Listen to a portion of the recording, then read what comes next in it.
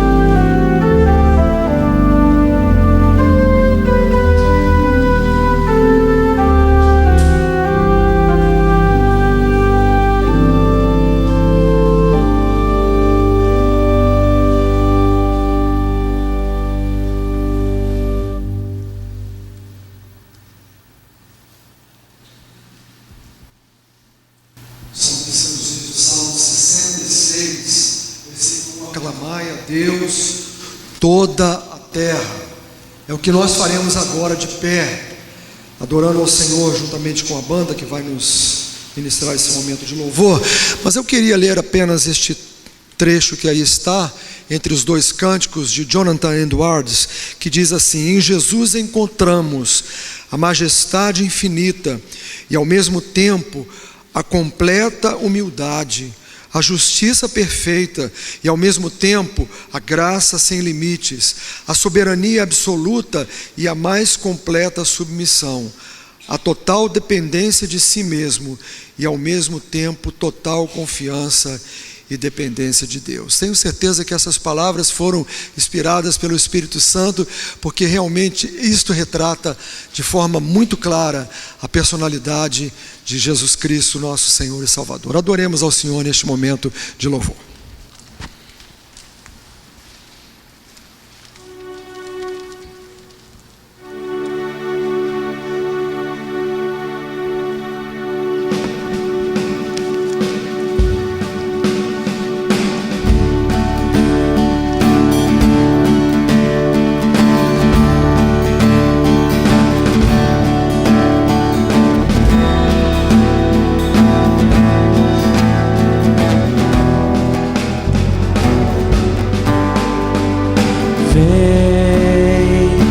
Esta é a hora de adoração. Vem para Jesus teu coração. Vem assim como estás para adorar. Vem assim como estás diante de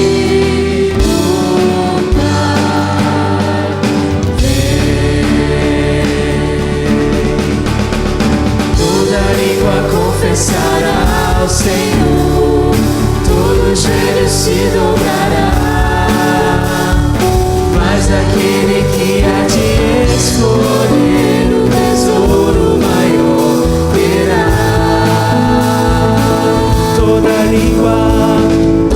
língua confessará ao Senhor, todo joelho se dobrará,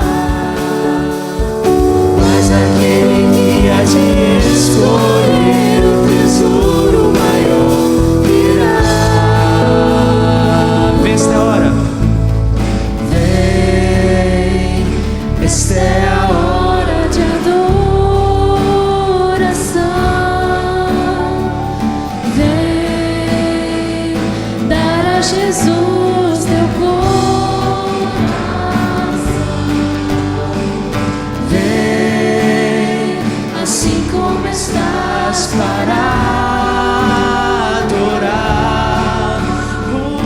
Vem assim como estás diante do Pai. Vem, toda língua confessará ao Senhor, todo joelho se dobrará, mas aquele que há de escolher o tesouro maior terá. Toda língua confessará ao Senhor, todo joelho se dobrará, mas aquele que há de escolher o tesouro maior terá.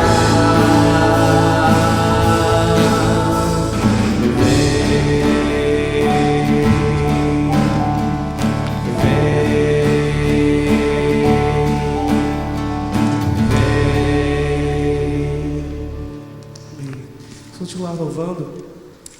Próxima música que nós vamos cantar, Vim para Adorar-te.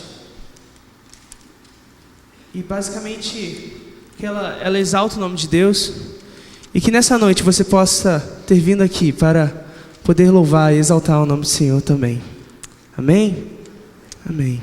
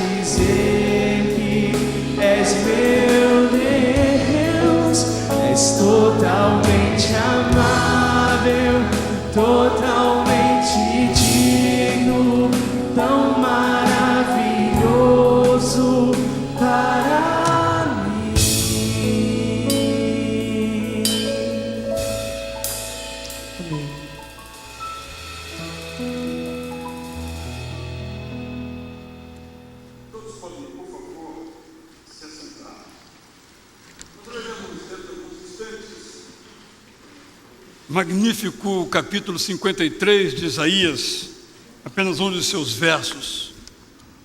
E nos capítulos 52 e 53 de Isaías, que nós bem conhecemos, nós temos um resumo completo de tudo aquilo que Jesus Cristo fez na cruz. Praticamente 7 séculos antes, o profeta Isaías, por Deus inspirado, descreveu o que não viu mas que o seu enviador, o Pai, viu. Eu quero então sublinhar, primeiramente, que a ceia, com esses elementos dos quais daqui a pouco vamos participar, sintetiza toda a obra de Jesus, resume toda a missão de Jesus, coloca em quadros vivos e vívidos para nós todo o ministério de Jesus. Jesus veio ao mundo com um projeto, e esse projeto era nascer e morrer em nosso lugar. Poderíamos brincar dizendo que se ele pudesse morrer sem nascer, ele morreria, porque não é o nascimento dele que expia os nossos pecados, é a morte dele. Mas para morrer, ele precisava nascer. Mas além disto, ele durante a sua vida nos ensinou a como viver, e para viver também precisava nascer.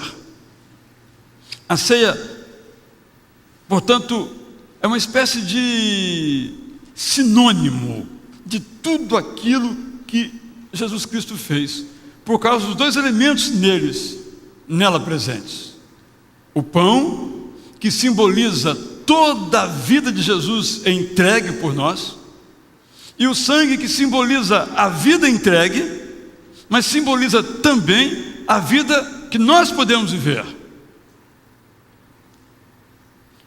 A ceia, portanto, nos fala do passado. Foi isso que Jesus Cristo fez. No corpo do pão, isso simbolizado. Mas indica como nós podemos e devemos viver. Isso tipificado no vinho. E nós usamos o suco de uva por razões que os irmãos sabem muito bem. Portanto, a ceia não é apenas um ritual, embora seja um ritual. Ritual no sentido que tem regras, tem símbolos, tem alguns elementos que o compõem e são comuns à ceia. Toda ceia da qual participamos, mesmo na Igreja Católica, tem elementos muito comuns, embora haja diferença entre as confissões religiosas. Mas os elementos básicos estão ali presentes. E podemos participar da ceia como se fosse um ritual. Até mesmo podemos pensar na ceia como algo que, por si mesmo, nos confira uma bênção. Eu, participando da ceia, eu sou abençoado. Ora, não temos esta autoridade para isso dizer a partir da Bíblia. O que nos abençoa é nos apropriarmos do significado, do sentido da ceia. Quando ele veio e então ministrou primeiramente aos seus discípulos a ceia do Senhor, ele fez com um projeto. Vamos recordar esse projeto na vida daqueles discípulos e nas nossas vidas. Jesus estava em Jerusalém nos seus últimos meses de ministério, depois de ter passado toda a sua vida no norte do país, na Galileia. Agora, ao final de sua vida, talvez aos 30 anos de idade, ele veio para o sul, para Jerusalém, para Betânia, para as cidades em volta de Betânia. E os seus discípulos vieram com ele.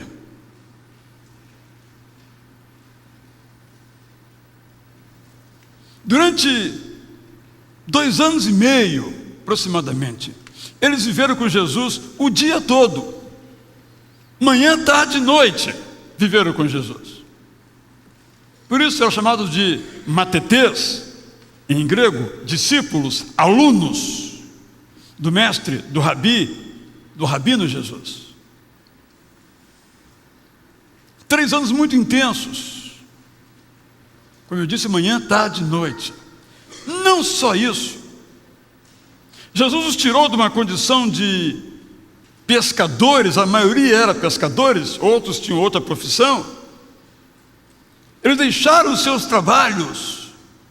Mateus ou Levi era coletor de impostos. Ele deixou o seu emprego, na linguagem de hoje, seu emprego público, sua segurança, o seu dinheiro, o seu bem-estar, deixou tudo. Pedro era empresário da pesca, ele tinha barcos, ele tinha alguém que estava sob ele tinha responsabilidades. Eles deixaram tudo para seguir a Jesus. Vamos transportar para essa época, para esse tempo, para essa condição de vida de cada um. Mas o que é que iria acontecer daqui a pouco, quando o seu mestre morresse de forma vil, humilhante, degradante, desgraçada perante a todos, numa cruz como um bandido, cercado por 2 reais bandidos?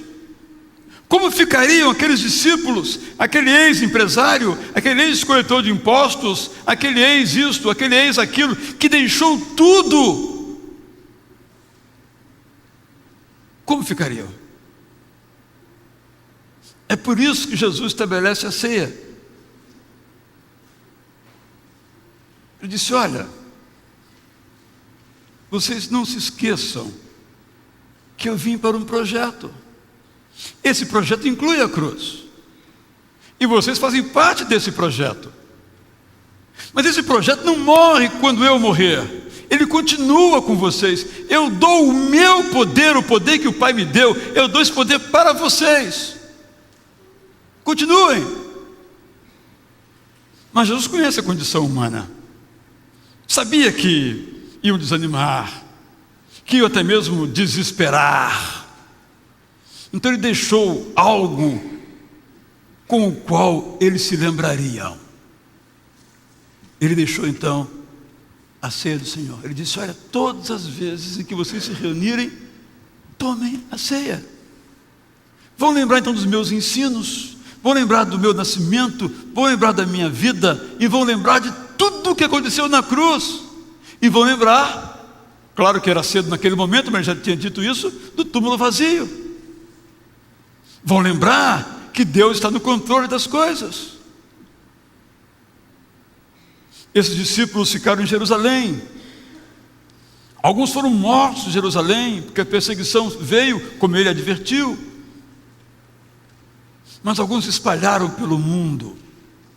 As tradições falam dos lugares mais distantes. Não temos comprovação rigorosamente histórica para todas as tradições, mas há tradições que estiveram na Índia, várias partes da Europa, várias partes da África, saíram. E onde eles foram, eles eram a igreja. Eles eram a igreja. Por isso a igreja se chamava igreja católica, porque era universal, era de todos, era de judeus, era de romanos, era de africanos, era de europeus. Era uma católicos eclésia, uma igreja de todos. Para ser parte dessa igreja não tinha que ser judeu, não tinha que mudar os seus costumes. Todos eram parte desta igreja. E aquilo que dá então a unidade da igreja, a identidade da igreja, a essência da igreja, é a ceia do Senhor, que é de Jesus. Essa ceia não é da igreja, a igreja apenas a recebe, a igreja participa dela, mas a propriedade dessa mesa aqui, para usar os termos aqui bem materiais, é de Jesus. Não pertence à igreja batista A ou B, ou à igreja outra denominação, ou pastor A ou pastor C. Pertence a Jesus. Nós nos reunimos, imaginariamente, é claro que as condições são outras, em torno da mesa, que é a mesa de Jesus, que nos lembra então, primeiro, o projeto de Deus, de nos enviar Jesus, projeto realizado em Jesus. E segundo, nos lembra que nas lutas da vida, esse é o seu projeto, não estamos sozinhos. Deus está no controle das nossas vidas. Quando tudo parece perdido, sem solução, sem alternativa, Jesus é aquele que surge e resolve todas as coisas. Isto é a ceia do Senhor. Vamos ler então o texto que introduz o canto que vamos entoar agora, que nos mostra exatamente a natureza desse projeto. Jesus veio a este mundo para nos libertar. Vamos ficar em pé e vamos ler Isaías 53, 12b, e em seguida cantar, dar glórias ao Salvador por esse tão grande amor que nos dá paz com Deus e nos permite então um dia cantar nos céus. Juntos, Isaías 53: porquanto ele derramou a sua vida até a morte e foi contado entre os transgressores, pois ele levou o pecado de muitos e pelos transgressores intercedeu.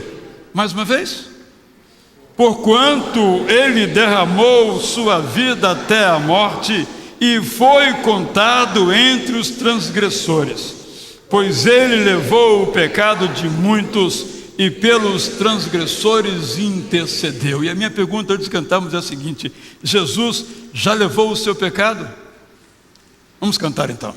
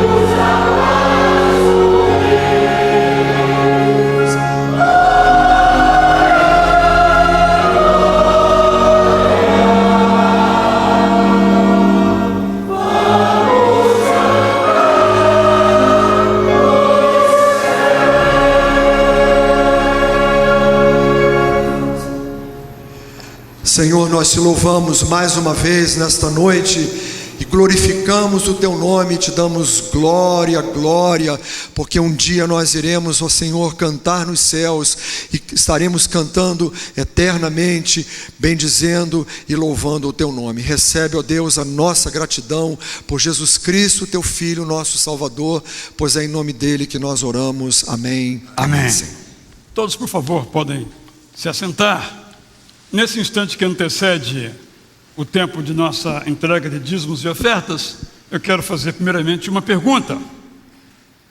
Há alguém aqui conosco pela primeira vez, segunda vez ou terceira vez? Eu peço o favor de se colocar em pé, se essa é a sua condição aqui conosco pela primeira vez. Há alguém? Ali atrás temos um casal, muito bem-vindo, vai receber um livro nosso, Bom Dia Amigo 2015, para participar. Aqui também temos uma outra família. Aqui à minha esquerda, aqui na parte central também temos um senhor, não é?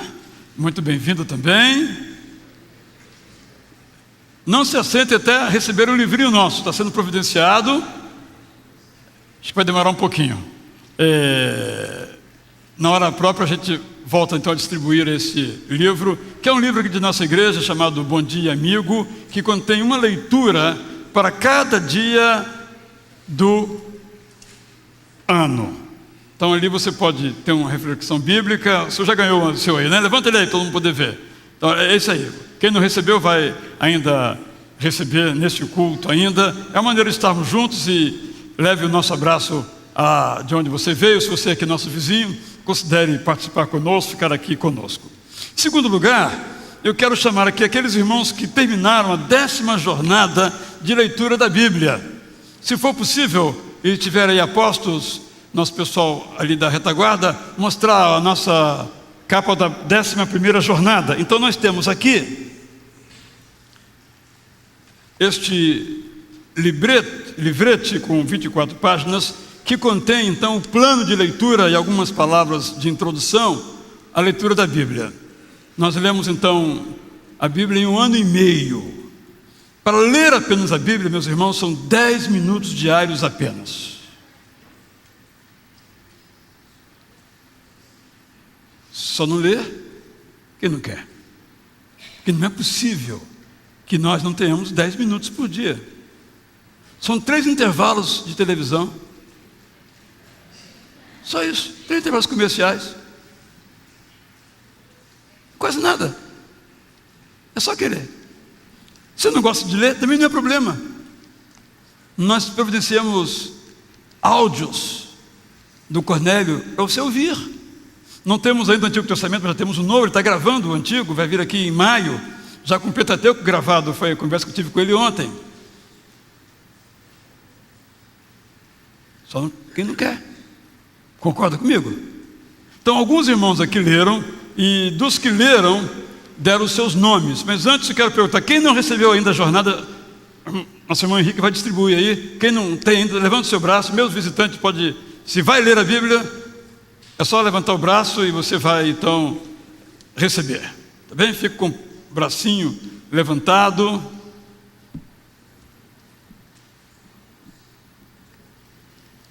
Eu quero chamar agora então aqueles que leram e vão receber então um brinde e um certificado, né? Leda Coutinho, Ruth Malta, Sorelli. Estou lendo de novo, né? Porque nós lemos nos cultos anteriores. Eu sei onde as pessoas sentam. Se eu troco de lugar, complica a minha vida, né?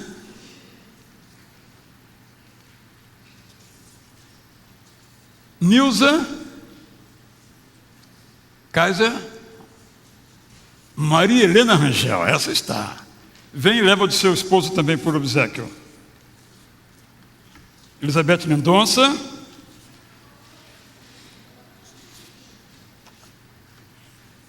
Pode subir aqui, por favor. Daniel Tinoco.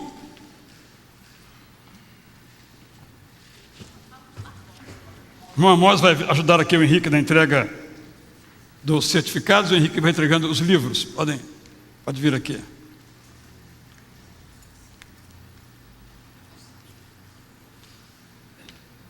Irmão Joel Abreu não está.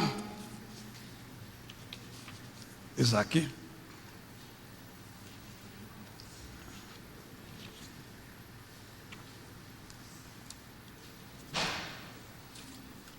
Disse Amós, é a sua, Amós. Bem, se você leu, mas não deu o seu nome, não está aqui, mas depois nós acertaremos isso, para que você possa também receber o seu certificado e o seu brinde. No caso, o livro do Apocalipse já acabou, estamos dando agora um livro inferior, chamado Pastoreados por Paulo, volume 2. Então, fico muito contente com os irmãos e espero vê-los aqui em junho de 2016, quando vamos dar o brinde exclusivo. Só vai receber quem participou da jornada, vai ser um livro exclusivo para vocês em junho, porque em julho começamos a 12ª. Então, pode sentar, muitíssimo obrigado. Agora então nós podemos nos levantar, quem trouxe seu dízimo, sua oferta, e colocar nessas salvas que estão aqui preparadas para essa finalidade, como um ato de culto, como sempre dizemos. É um momento de cultuar. Cultuamos até agora com nossos louvores, e agora cultuamos com nossos dízimos e as nossas ofertas.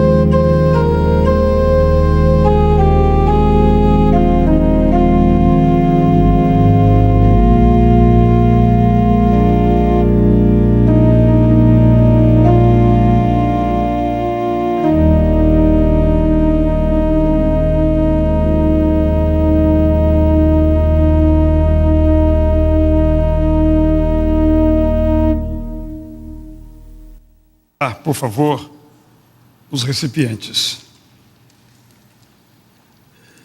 Em Romanos e em Pedro e em Coríntios, textos de Paulo e Pedro, por conseguinte, nós lemos, como vamos agora juntos participar, textos nos quais os apóstolos nos explicam a história de Jesus.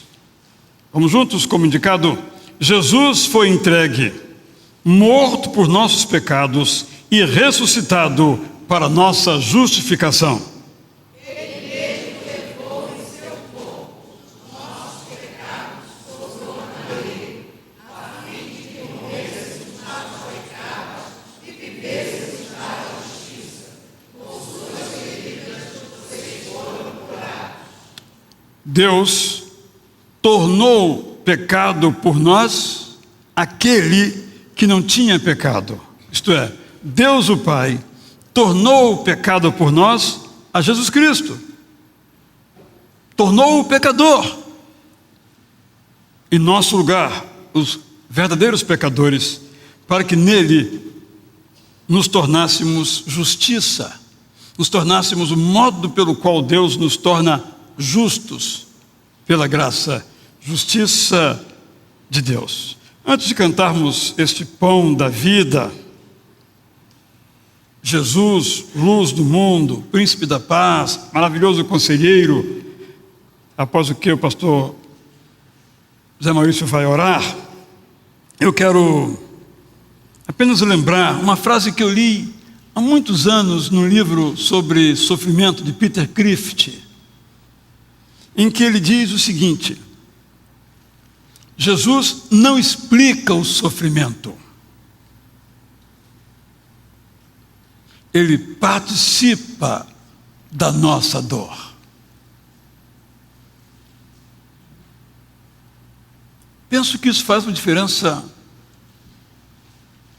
incomum. Imagine você sofrendo. E alguém vem e explica. Quase sempre você sai com mais dor ainda. Porque a explicação quase sempre nos coloca mais culpa ainda. A explicação nos coloca num tremendo vazio, que a dor continua. Mas na cruz, Deus sofre conosco. Esse é o sentido da cruz. Nos traz conforto. Precisamente por isso. É por isso que nós celebramos a ceia do Senhor. A ceia do Senhor é Deus conosco. Lembram-se que ele disse que estaria conosco todas as vezes que celebrássemos? Para quê? Deus conosco é uma garantia de liberdade. Deus conosco é uma certeza de que as coisas não serão como as pessoas querem, mas como Deus quer. Deus conosco é a garantia que a soberania dele se exerce, embora não pareça. Quando celebramos a ceia, nós somos lembrados então que a dor pela qual Jesus passou nos mostra que ele conhece a nossa dor. Se você estudar todas as religiões, não vai encontrar um Deus como o Deus da Bíblia. Não existe. Não há. São sempre vitoriosos em tudo. Não conhece o sofrimento, não conhece a dor. E se nós os imitarmos, também não conheceremos a dor. Isso não é verdade. Todos nós passamos por aflições, mas Jesus as passa conosco. Nesse sentido, a ceia nos confere bênção. A bênção de sermos lembrados que Deus sofre conosco. Vocês se lembram quando Jesus começou a ser preso? O que fizeram os discípulos? Correram. O que acontece com alguns de nossos amigos quando nós estamos sofrendo? Desaparecem. Essa é a realidade humana. Jesus não. Aí que ele aparece, mais vivo, mais forte. No sentido de celebrarmos a ceia. É por isso que somos abençoados. E por isso podemos levar a ele as nossas dificuldades e as nossas dores, toda hora. Ele é um grande ouvido, um grande ombro, tem um grande braço para estar ao nosso lado. E Deus usa pessoas para nos abençoar, às vezes não usa pessoas. No filme A Bíblia, que eu vi um trecho ontem, no canal History,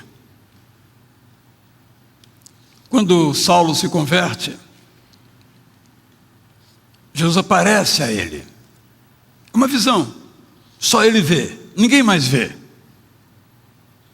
Ele fica cego.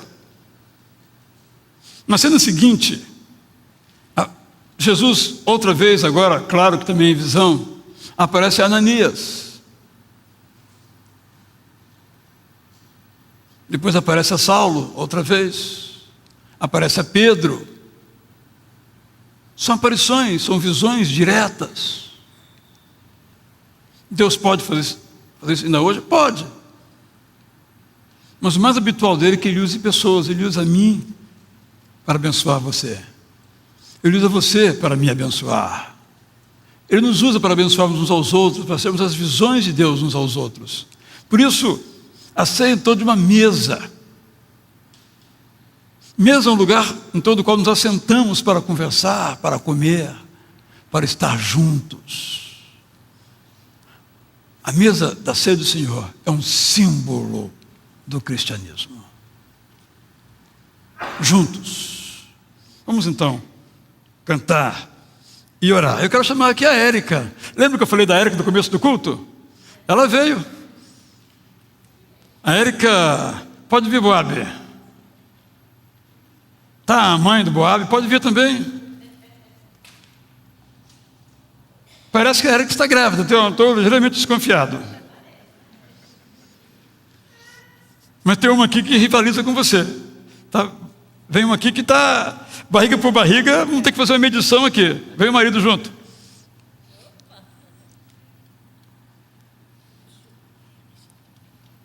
Da Érica, se Deus quiser, Bento, será amanhã às 14 horas. Eu pedi para vir aqui agora em pé, para que você se lembrasse. Amanhã já mandei um WhatsApp para quem está no grupo de oração e vou mandar amanhã. Se você não está, eu posso incluir você ainda hoje. Então, às 14 horas, vai ser em qual maternidade? Perinatal da Barra. Então, vamos orar por ela amanhã. É uma gravidez que, graças a Deus, veio até o fim, né? Mas foi difícil, né? Foi difícil. Mas aqui ela está, nos alegramos muito, se animou. Ele me passou assim, ela se animou para ir. Eu falei, acabei de falar o nome dela aqui agora. Eles nem estavam sabendo disso. Nos alegramos, podemos participar da vida um do outro. E aqui a previsão é para quando? 20 de março. 20 de março, mas está muito grande a sua barriga, hein? É um só mesmo? Tem certeza? Hoje a gente sabe que é um só, né? A gente tem certeza disso já. Então vamos orar também por vocês. E se tiver mais uma grávida aqui, pode vir. A gente tem essa alegria. E se tem algum outro motivo, que não é este, mas um outro motivo, quer trazer a Deus, enquanto nós cantamos, você venha. Vem se reunir em torno da mesa, que não é nossa, é a mesa de Jesus Cristo, da comunhão uns com os outros, que a ceia é esse símbolo do cristianismo. Vamos cantar então assentados, você pode ficar em pé, pode vir aqui, depois, pastor Zamarício, quem ele indicar, vai orar então por nós.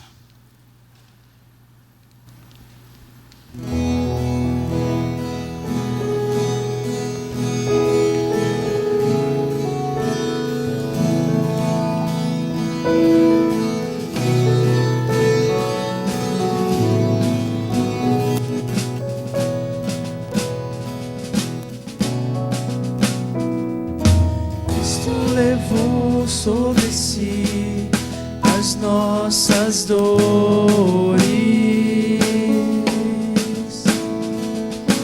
Ele levou sobre si as nossas transgressões. O castigo que nos estava sobre ele e por suas chagas fomos sarados. Ele tomou sobre si as nossas maldições. Ele sofreu para que tivéssemos perdão. O seu sangue derramou para nos resgatar das trevas e nos lavar de toda a iniquidade.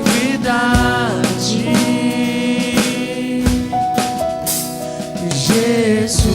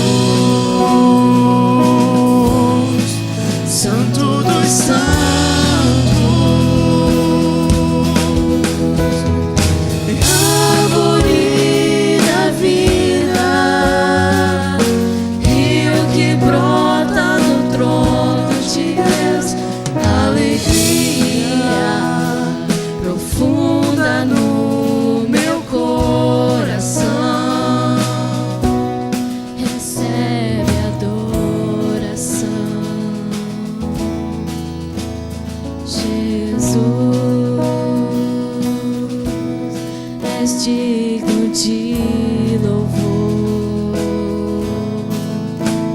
Jesus. Recebe a adoração.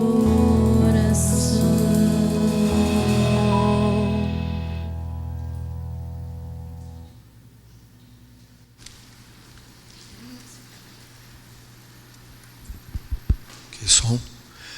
Eu gostaria de convidar aqui o Frederico Gal. Vem aqui, Fred, por favor. O nome já o denuncia, né? O filho do Eugênio. O Fred vai estudar nos Estados Unidos e no próximo domingo ele estará viajando, né?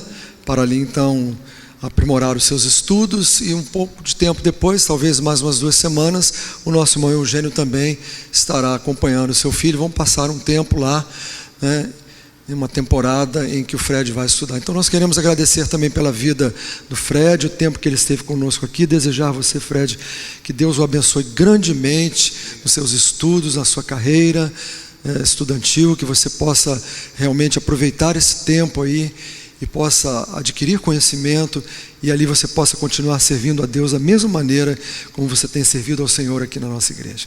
Vamos então orar nesse momento, irmãos. Senhor, nós te agradecemos por esse tempo, ó Deus, de celebração, de gratidão a Ti, de petição.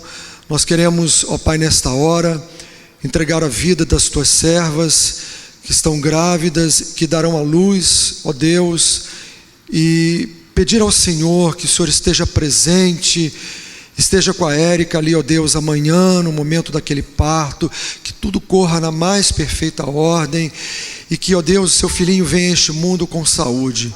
Ó Deus, pedimos, ó Pai, que o Senhor esteja cuidando da vida de cada uma delas, abençoando também a sua família, abençoando aqueles que estão enfermos, aqueles que precisam também, ó Deus, de uma bênção de cura, ó Pai.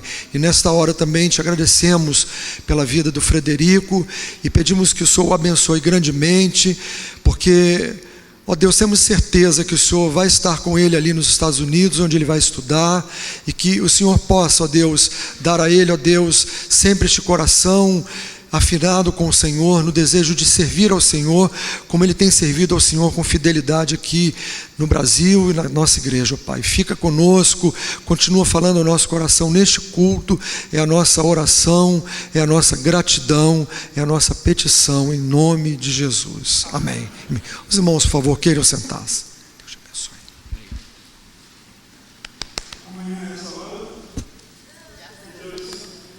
Com o Bento no seu colo, assim seja, tá bem? E Márcio, né? Deu uma caminhadinha ainda. Com esse calor tá ótimo, né? Fala a verdade.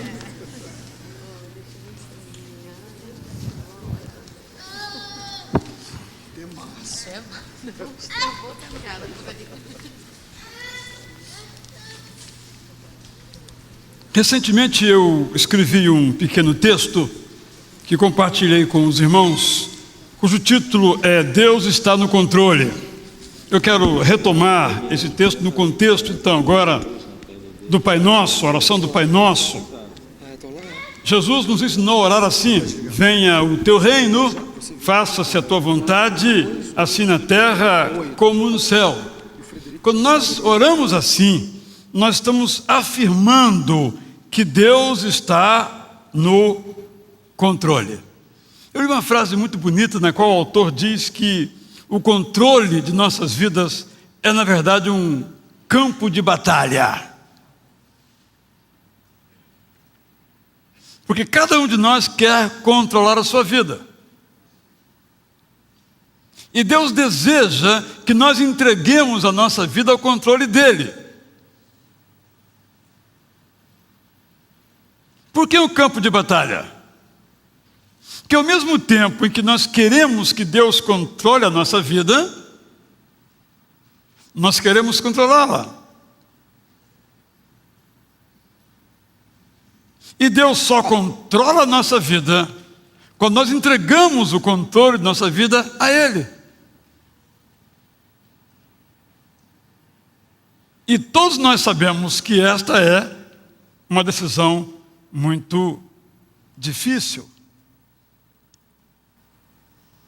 Quero afirmar de modo muito sintético, então, que Deus está no controle, quando tudo está sob controle.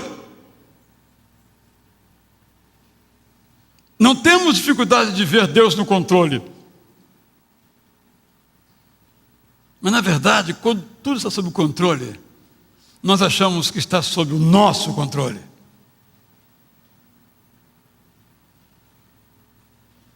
Mas Deus está no controle quando as coisas parecem fora de controle.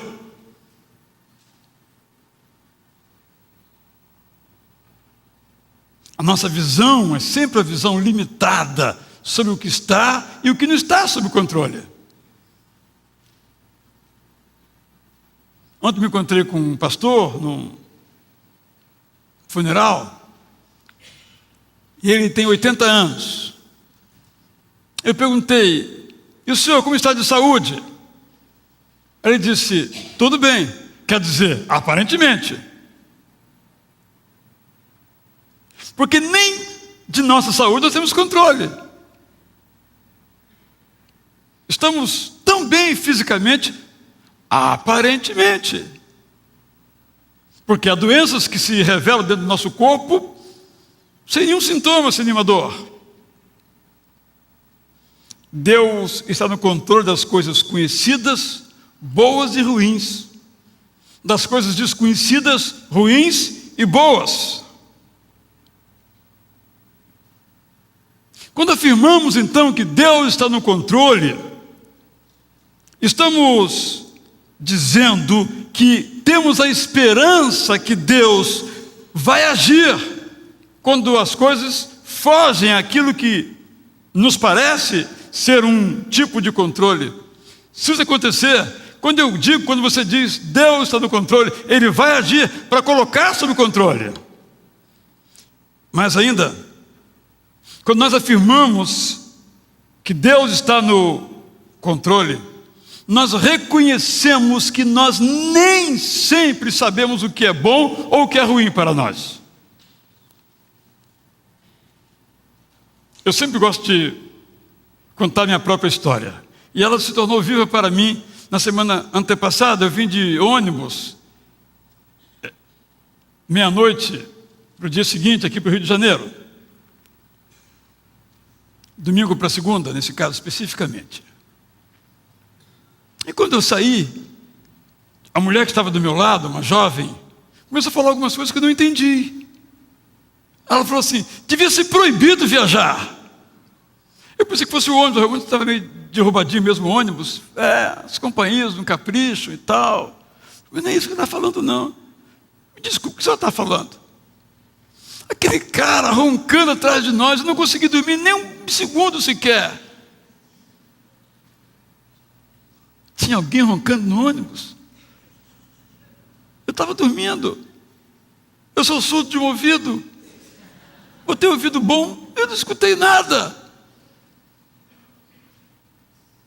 Eu estou dizendo o seguinte: a minha surdez é uma coisa boa ou uma coisa ruim? Pelo menos nesse caso, né? E no meu caso, em todos os casos. Eu boto o ouvido direito do lado do travesseiro e... é ruim quando alguém vem me cochichar aqui, e o pessoal que vê só gosta de cochichar do lado esquerdo. E alguns falam assim: o pastor não me deu atenção. Eu não escutei, como é que eu daria atenção?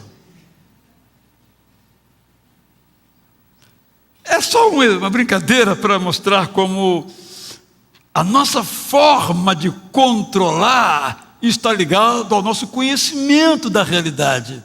Nós achamos que conhecemos. Mas Deus conhece todas as coisas quando afirmamos que Ele está no controle. Quando nós afirmamos que Deus está no controle, nós podemos ler Provérbios 16:9 e dizer amém. Em seu coração o homem planeja o seu caminho, mas o Senhor determina os seus passos. Provérbios 16:9. Ou Provérbios 19:21. Muitos são os planos no coração do homem. Se eu perguntasse aqui, quais são os seus planos hoje e amanhã? Centenas, cada um teria 5, 6, 10 planos. Mas quem determina o que vai realmente acontecer é Deus. Prevalece o propósito do Senhor. Provérbios 19, 21. Então nós podemos relaxar, porque Deus está no controle. Deus comanda a história e cuida de nossas vidas. Eu me deparei ontem com uma canção, acho que não está em português, eu traduzi, de Tyler Perry, God in Control, Deus está no controle, cuja letra muito bonita é a seguinte: não precisamos ter medo. O tempo é de fé e determinação. Não perca a visão por causa dos acontecimentos. Firme-se no que está escondido no seu coração. Há uma verdade que sempre será verdade e que faz o mundo firme ficar. Deus está no controle.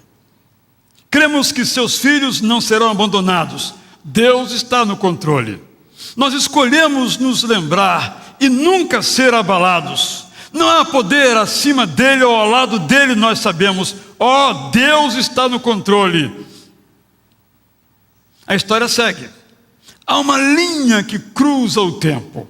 A cultura faz seus planos, mas a linha não muda jamais. Não importa que a decepção venha, há uma verdade que sempre será e que faz o mundo firme ficar. Há uma coisa que continua verdadeira e para sempre verdade será. Deus está no controle. Cremos que seus filhos não serão abandonados. Deus está no controle. Nós escolhemos nos lembrar e nunca ser abalados. Não há poder acima ou ao lado dele. Nós sabemos, Deus está no controle. Ele nunca deixa você no chão. Por que começar a se preocupar agora? Por que começar a se preocupar agora?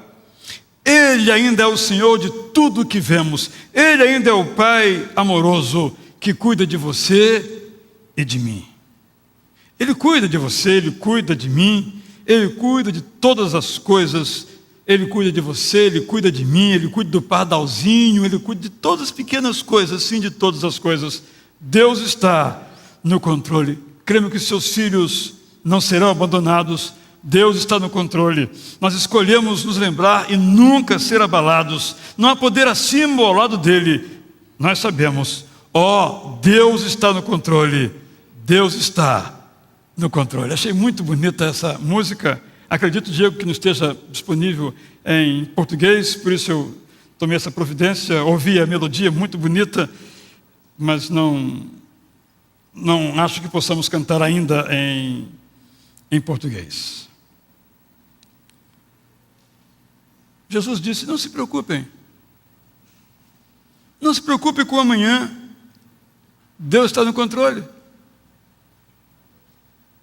O amanhã trará suas próprias preocupações. Deus hoje está no controle. Basta cada dia o seu próprio mal. E aquilo que para nós parece impossível, disse Jesus Cristo também, para Deus não é. Porque para Deus todas as coisas são possíveis. Mas ainda, nós afirmamos, nós reconhecemos, nós cantamos que Deus está no controle quando nós olhamos para a cruz. E então vemos que na cruz Deus estava reconciliando o mundo com Ele.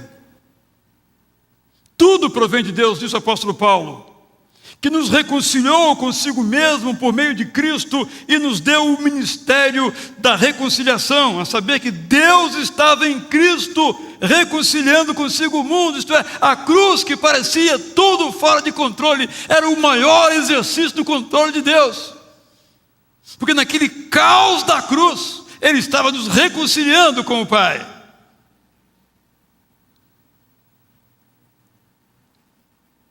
A cruz não foi a derrota. A cruz foi a vitória de Deus. A nossa vitória. A cruz é a maior demonstração de que Deus está no controle. Nós somos então chamados a exercitar nossa confiança em Deus, quando nós cooperamos para que a sua soberania, a vontade dEle, como lemos na oração do Pai Nosso, se exerça sobre o mundo. Esta fé serena e confiante gera um desejo em nós de participar do exercício deste controle por parte de Deus sobre o mundo.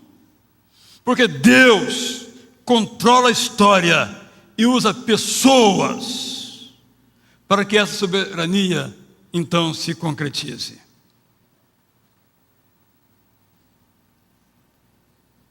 Nós pomos a nossa confiança em Deus em pé.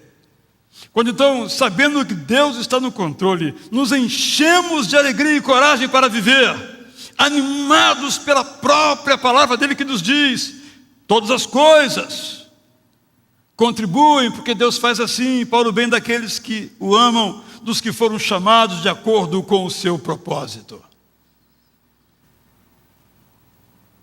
Deus está no controle. E esta afirmação, que muitas vezes é apenas uma afirmação de fé, isto é, muitas vezes o nosso coração está nadando em ansiedade. Mas quanto à nossa própria ansiedade, nossos próprios temores, nós afirmamos: Deus está no controle. Essa afirmação nos anima, fortalece a nossa própria fé. Quando nós pensamos na cruz, nós vemos a vitória de Jesus. Eu comecei falando que a ceia do Senhor foi um projeto, foi um símbolo desse projeto de Deus, em que Ele precisava morrer, como cantamos, para que nós fôssemos resgatados do poder das trevas, como diz Pedro, para a sua maravilhosa luz. E assim simboliza esse projeto. A ceia não é desta igreja, eu disse, repito agora, essa ceia é de Jesus. Em torno dela, podemos imaginar, nos reunimos, porque comungamos da mesma confiança. Deus está no controle. Mesmo que dentro de nós tudo pareça desalinhado. Como diz a música de Tyler Perry, há uma linha, e essa linha não se move. É Jesus no controle das nossas vidas. Vamos cantar agora essa música, Graça de Deus, Infinito Amor. Eu vou pedir só 2 favores. Quem está nas pontas, todas as pontas, no caso, venham para o centro, ou venham para o canto, para a beirada aqui. Deixa eu explicar aqui. Você não quer ir para o centro, vem pelo menos para aqui, para que os nossos possam distribuir a ceia com mais facilidade. Então venham mais para o centro, por favor, ou para a parte completamente central. Observe como vamos fazer.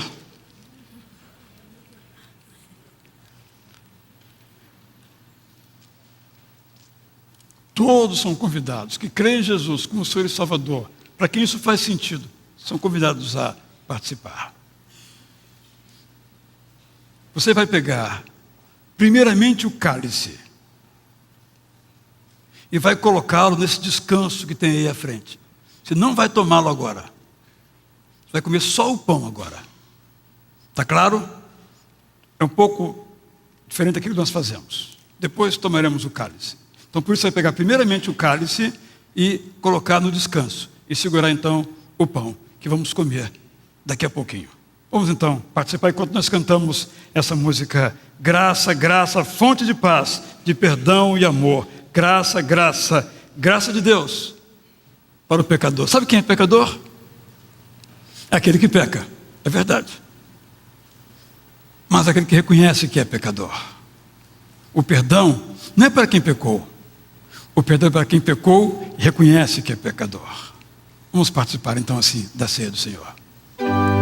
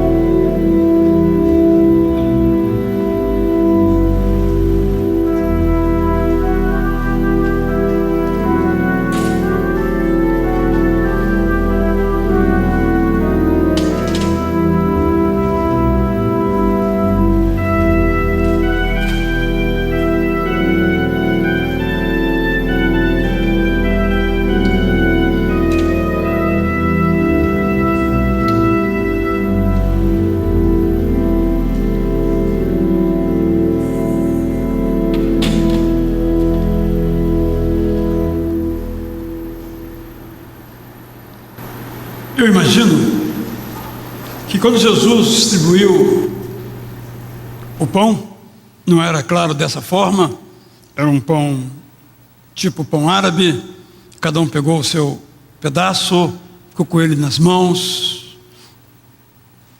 Uma grande tristeza se abateu sobre os discípulos, porque Jesus estava dizendo que ia morrer. Quando ele colocou então esse símbolo nas mãos de cada um deles, estava dizendo que, embora isso fosse verdade, ele estava morrendo para ministrar graça, para que através de sua morte houvesse vida. Jesus tornou possível a vida por meio do seu corpo entregue por nós, que esse pão é símbolo. Tomemos então agora do pão.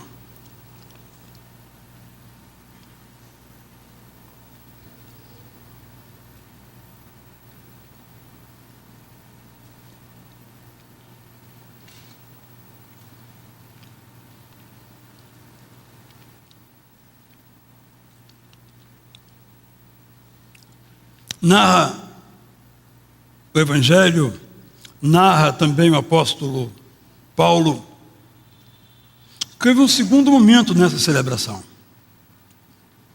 Foi quando, depois de tomarem o pão, ele ter agradecido, ele também pegou um vaso de vinho, e cada um foi pegando e tomando uma porção deste vinho.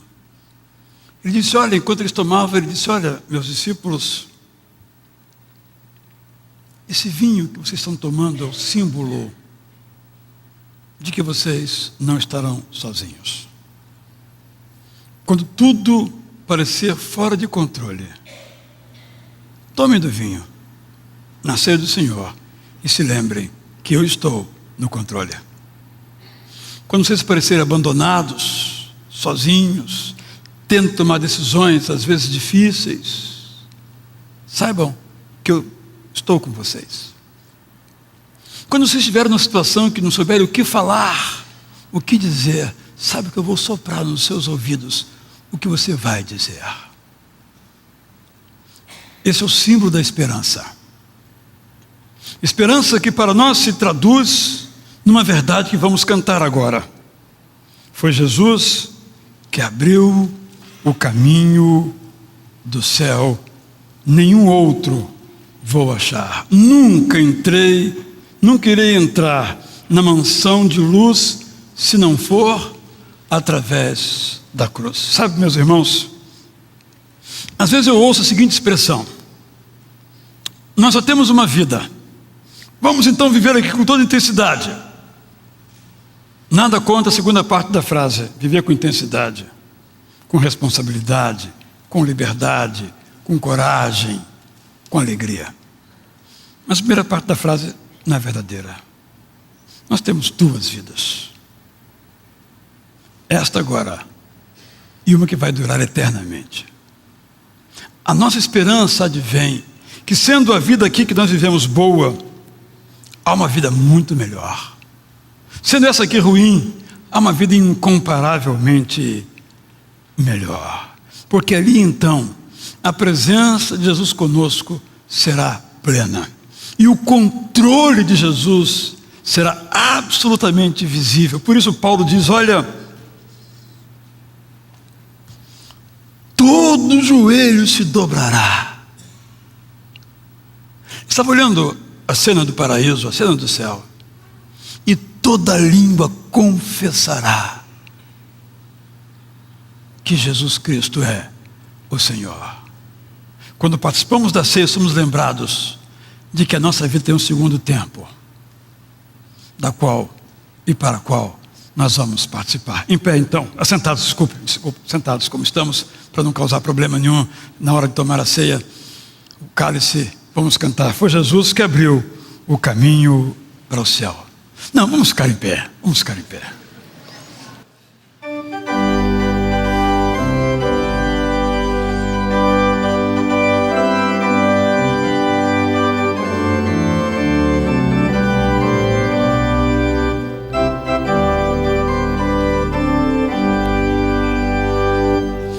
Jesus que abriu o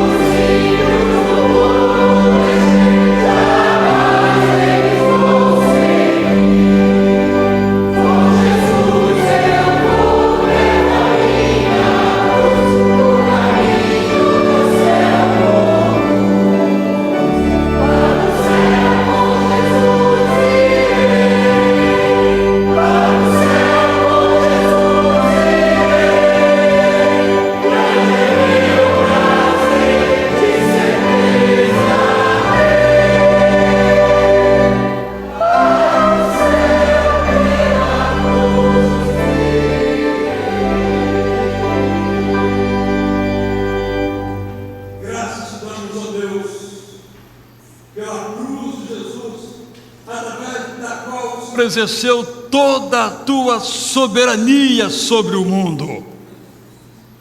Graças te damos, ó Deus, por esse grande projeto a nos resgatar das trevas para a luz, como simbolizada na ceia que nós agora celebramos. Graças te damos, ó Deus, porque nós podemos de livre vontade dizer que deixamos os caminhos do pecado, não queremos mais voltar para ele e seguir a trilha de Jesus. Graças damos pela esperança que podemos ter. Tu estás no controle. Jesus demonstra que estás no controle. E em nome dele, dessa ceia participamos e te agradecemos. Portanto, em nome de Jesus, todos digam: amém. Tomemos do cálice.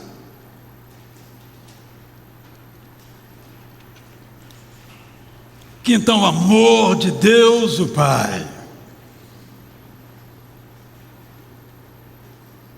a graça, a maravilhosa graça de Jesus e a esperança do Espírito Santo conosco, sempre estejam, hoje e para todo sempre.